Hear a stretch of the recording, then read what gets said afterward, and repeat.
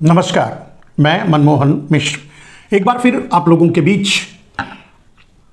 कुछ अपने विचार और आपके सवालों का जवाब जो आप कमेंट बॉक्स में लिखते हैं उसे लेकर आपके बीच आपके साथ हाजिर हूं। दोस्तों,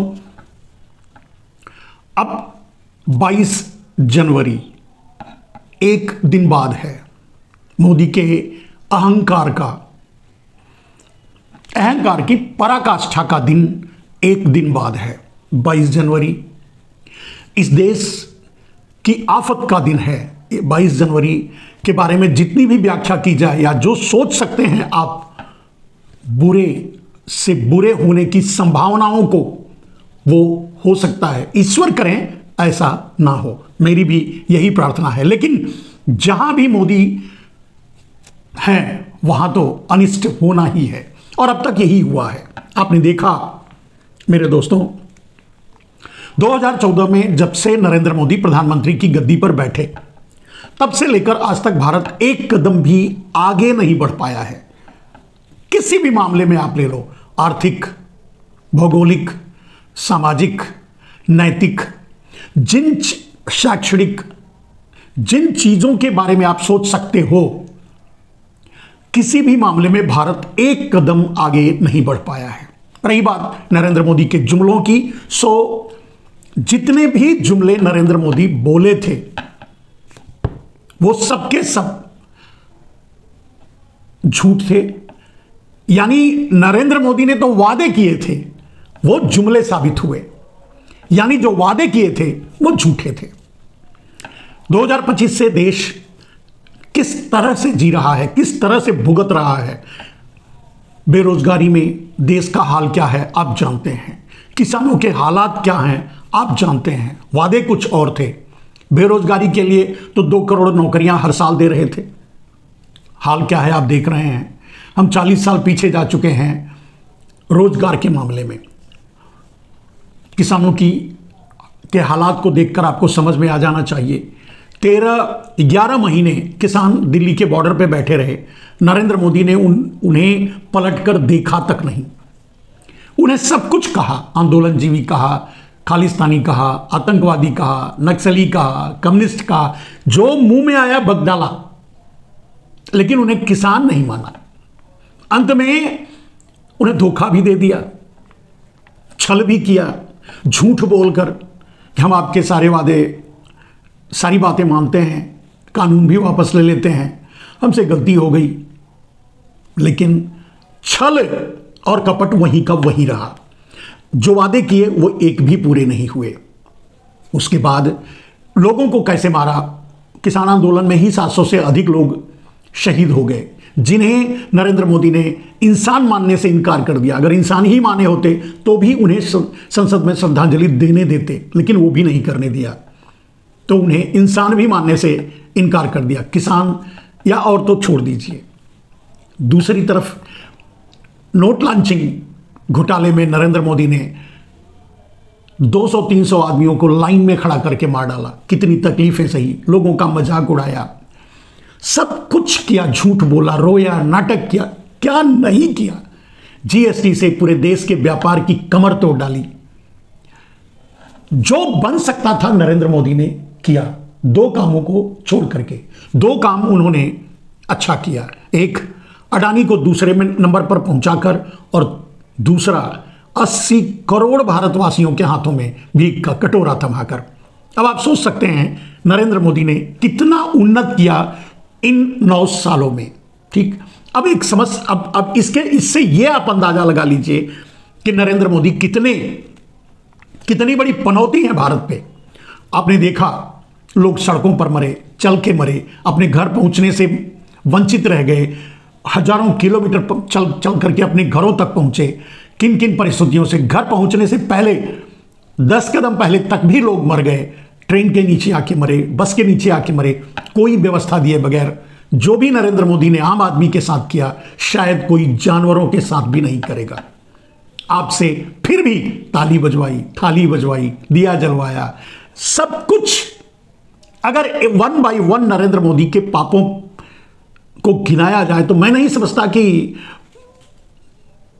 ये किसी कथा की तरह, किसी पुराण की तरह, किसी कई दिन लगेंगे ये बात पूरा करने में।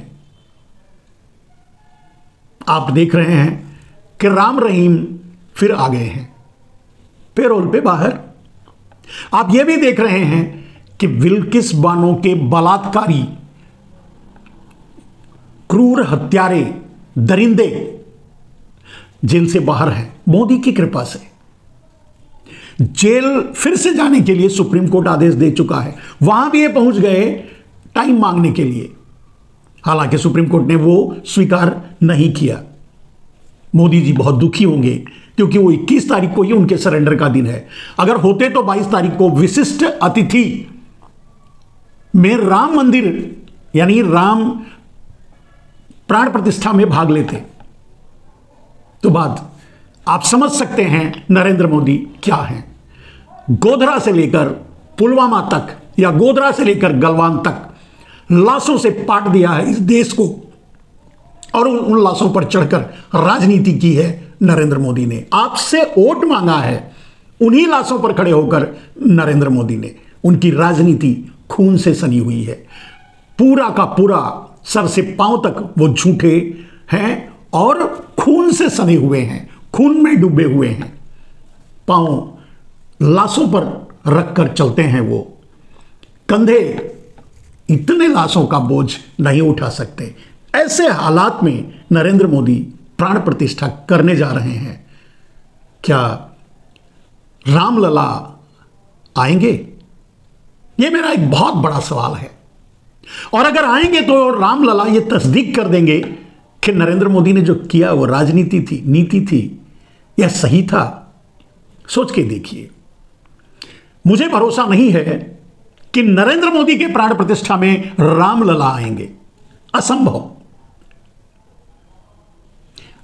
नरेंद्र मोदी की प्राण प्रतिष्ठा में राम रहीम जरूर आएंगे, इसीलिए तो जेल से उन्हें छुड़वाया गया है, विशिष्ट अतिथि के रूप में आएंगे। नरेंद्र मोदी की प्राण प्रतिष्ठा में अडानी जरूर आएगा, mafia king, drugs mafia, drug king. Narendra Modi की प्राण प्रतिष्ठा में बृजभूषण शरण सिंह जरूर आएगा। नरेंद्र मोदी की प्राण प्रतिष्ठा में कुलदीप सिंह सेंगर सहित हो सकता है उसको भी जेल से छुड़वाकर बुलवाएं, जेल में है या नहीं ये भी नहीं मुझे मालूम। और नरेंद्र मोदी की प्राण प्रतिष्ठा में चिन्मयानंद जरूर आएंगे विशिष्ट अतिथि के रूप में। शायद वो प्राण प्रतिष्ठा करवाएं भी पुजारी के रूप में। नरेंद्र मोदी की प्राण प्रतिष्ठा में न जाने कितने क्रिमिनल, कातिल, बलात्कारी आएंगे नरेंद्र मोदी के बुलावे पे। नरेंद्र मोदी उन्हें बुला रहे हैं, उनसे स्पर्श करवा करके रामलला को प्रतिस्थापित करेंगे। अब सवाल उठता है, रामलला आएंगे? कहां थे रामलला जिस समय बिल्किस बानो का बलात्कार हो रहा था? कहां थे रामलला जब हजारों हिंदू और मुसलमान मार दिए गए गुजरात में ही? कहां थे रामलला? उन्हीं की सेवा करके तो लौटे थे वो 59 कार सेवक जिन्हें नरेंद्र मोदी ने जलवा दिया अपनी राजनीति चमकाने के लिए।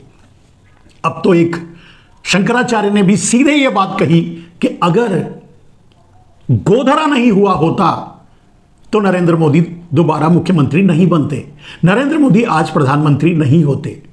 ये बात मैं शुरू से हजारों बार कह चुका हूं, बार बार कहता हूं। अब सवाल फिर से वही, रामलला आएंगे अपनी प्राण प्रतिष्ठा करवाने? राम रहीम जरूर आएंगे, रामदेव जरूर आएंगे। राम के नाम पे जितने भी बलात्कारी, व्यभिचारी, भ्रष्टाचारी, ठग हैं वो जरूर आएंगे। राम नहीं आएंगे। मर्यादा पुरुषोत्तम भगवान राम नहीं आएंगे, हमारे राम नहीं आएंगे, तुम्हारे राम नहीं आएंगे। कण कण में व्याप्त, हर दिलों में राज करने वाले अंतर्यामी मर्यादा पुरुषोत्तम भगवान राम कभी नहीं आएंगे। नरेंद्र मोदी के प्रतिस्थापित करने से तो किसी भी कीमत पे नहीं आएंगे। ये कई बार मैं कह चुका हूं कि ये राम की भी अग्नि परीक्षा है। नरेंद्र मोदी अपने इस अहंकार में, ये जो भी हो रहा है मोदी का अहंकार है, सामने से लोगों को दिखाने के लिए। सच तो यह है कि नरेंद्र मोदी अपनी कायरता की पराकाष्ठा पर पहुंच चुके हैं। अपने आप को छुपाने के लिए, अपने पाप को छुपाने के लिए इस हद तक धर्म का दोहन कर रहे हैं, धर्म की आड़ में छुपने की कोशिश कर रहे हैं। जैसा कि मैं कई बार कहा हूं कि नरेंद्र मोदी उस विच्छू की तरह है जो बार बार शिवलिंग पर चढ़ जाता है अपने को बचाने के लिए। नरेंद्र मोदी धर्म का यही इस्तेमाल करते हैं। जैसे ही वो धर्म का चोला ओढ़ते हैं, कोई कुछ नहीं बोल पाता, क्योंकि सामने भगवान की मर्यादा का पालन करना पड़ जाता है। यही बात इस समय भी हो रही है। जो हमें राम से मिलाते हैं, जो हमें राम के बारे में बताते हैं, जो हमें अब तक धर्म से जोड़े रखा है, जो सनातन को बचाए रखा है, जब शंकराचार्यों का अपमान नरेंद्र मोदी करना शुरू कर दिए, तो आप अंदाजा लगा लीजिए नरेंद्र मोदी की राजनीति क्या है, नरेंद्र मोदी की धर्म नीति क्या है, नरेंद्र मोदी की कर्म नीति क्या है। नरेंद्र मोदी की मात्र एक ही नीति है, सबको लूट लो, अपने कुछ गुजराती माफियाओं के जरिए भारत को गुलाम बना लो। कोई कभी सर उठा ना सके। इस बात को देश का जो भी व्यक्ति नाज नहीं समझ रहा है, वो मेरी बात निकल जाने पर, हाथों से सब कुछ खो जाने पर, छूट जाने पर जरूर याद करेगा। देश को बैकडोर से, देश की ही संपत्ति लूटकर, देश को ही कर्जों में डुबोकर, नरेंद्र मोदी जो इस देश को लूटकर विदेशों में ले गए हैं काला धन, दुनिया के सबसे बड़े ब्लैक मनी होल्डर्स हैं आज नरेंद्र मोदी। हालांकि उनके नाम से कुछ नहीं होगा, सब दुनिया भर के चोर पाल रखे हैं। ललित मोदी, नीरव मोदी, मेहुल चोकसी, विनोद अडानी, गौतम अडानी, अंबानी, न जाने कितने नानी पाल रखे हैं उन्होंने यही काम करने के लिए। और बैकडोर से वो चाहते हैं देश की सारी संपदा, देश का सारा इंस्टीट्यूशन, देश के सारे संसाधनों को इन कुछ चोर गुजरातियों के हवाले कर दिया जाए, जिससे समय आने पर पूरे देश में डिक्टेटरशिप लागू किया जा सके। सत्ता जाने पर सत्ता को पर जबरदस्ती कब्जा किया जा सके। नरेंद्र मोदी अंग्रेजों की राह पर हैं, नरेंद्र मोदी मुगलों की राह पर हैं, नरेंद्र मोदी इस सोच में हैं कि इस देश को दबाया जा सकता है, तोड़ा जा सकता है, मरोड़ा जा सकता है, इस देश पर यूं ही राज किया जा सकता है। यह सोचकर नरेंद्र मोदी जो कर रहे हैं, उस षड्यंत्र को जो आज नहीं समझ रहा है, मेरी बात एक दिन उसे जरूर याद आएगी। लेकिन आज तो बात धर्म पर आन पड़ी है। आप सोच कर देखिए नरेंद्र मोदी के मन में धर्म के प्रति कितनी आस्था है। क्या धर्म के प्रति नरेंद्र मोदी के मन में यही आस्था है कि राम रहीम आएंगे, गौतम अडानी आएंगे, न जाने कितने भाड़ आएंगे, न जाने कितने डाकू और चोर आएंगे, न जाने कितने लुटेरे आएंगे, न जाने कितने बलात्कारी आएंगे, न जाने कितने भ्रष्टाचारी आएंगे, वो सब नरेंद्र मोदी के करीबी हैं, करीबी होंगे। लेकिन शंकराचार्य नहीं आएंगे।